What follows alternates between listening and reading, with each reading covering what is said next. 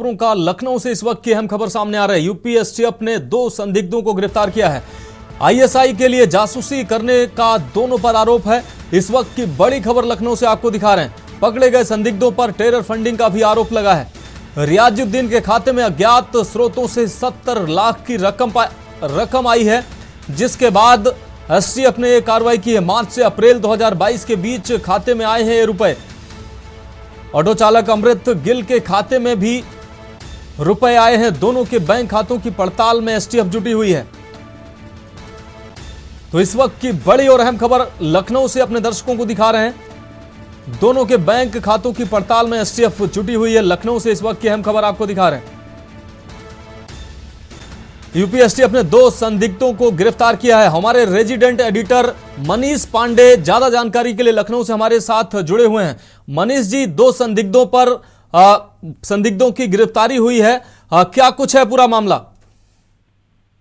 देखिए, जाहिर तौर पर एक बड़ा खुलासा किया है यूपी एटीएस ने, और 2 आईएसआई के जासूसी, आईएसआई जो पाकिस्तानी खुफिया सर्विस है उसके लिए जासूसी करने वाले 2 संदिग्धों को यूपी एटीएस ने जो है गिरफ्तार किया है। उसमें जो पहला नाम है वो रियाजुद्दीन है। रियाजुद्दीन गाजियाबाद का रहने वाला है, और दूसरा जो शख्स है वो अमृत गिल नाम है उसका, वो रामपुर का रहने वाला है। बताया जा रहा है कि जो रियाजुद्दीन है उसके खाते में पाकिस्तान से या कई तमाम संदिग्ध स्थलों से पैसा भेजा गया था, जिसकी संख्या जो है लगभग 70 लाख बताई जा रही है। मतलब 70 लाख का ट्रांजैक्शन उसके अकाउंट से हुआ था।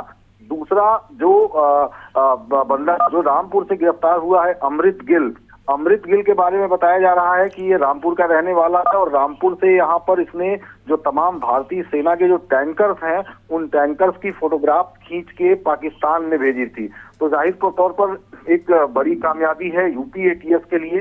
हालांकि समय समय पर यूपी एटीएस सक्रिय रहती है, समय समय पर इस तरह की जो कार्यवाहियां यूपी एटीएस की तरफ से की जाती रही हैं, लेकिन फिलहाल ये काफी बड़ा मामला बताया जा रहा है कि जो 2 संदिग्ध गिरफ्तार किए गए हैं उनका सीधा तार जो है, सीधा कनेक्शन आईएसआई से जो है बताया जा रहा है। जी मनीष जी, एक और अहम सवाल ये है कि अभी ये जो दोनों संदिग्ध पकड़े गए, इनसे पूछताछ हुई, क्या अन्य नामों के क्या खुलासे हुए हैं?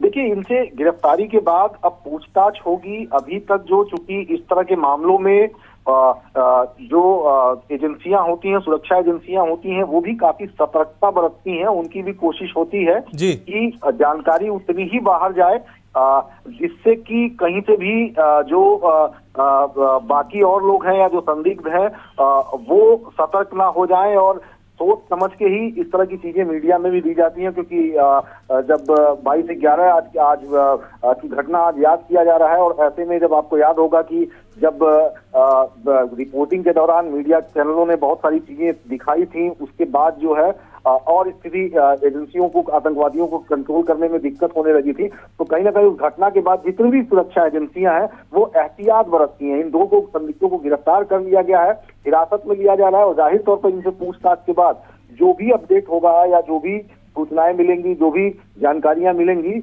उसके हिसाब से एजेंसियां आगे काम करेंगी। और निश्चित रूप से अगर ये 2 लोग पकड़ में आए हैं तो इनके तार जिन लोगों से जुड़े हुए हैं वो भी देर सवेर जो है यूपी एटीएस के निशाने पर आ ही जाएंगे। निश्चित रूप से मनीष जी, आपका बहुत शुक्रिया इस अहम जानकारी के लिए। तो आपको बता दें, यूपी एसटीएफ को यह बड़ी कामयाबी मिली है। देश विरोधी तत्वों को लगातार गिरफ्तार करने में यूपी एसटीएफ सतर्कता बरत रही है, और 2 संदिग्धों को पुलिस ने माफ कीजिएगा यूपी एसटीएफ ने गिरफ्तार किया है।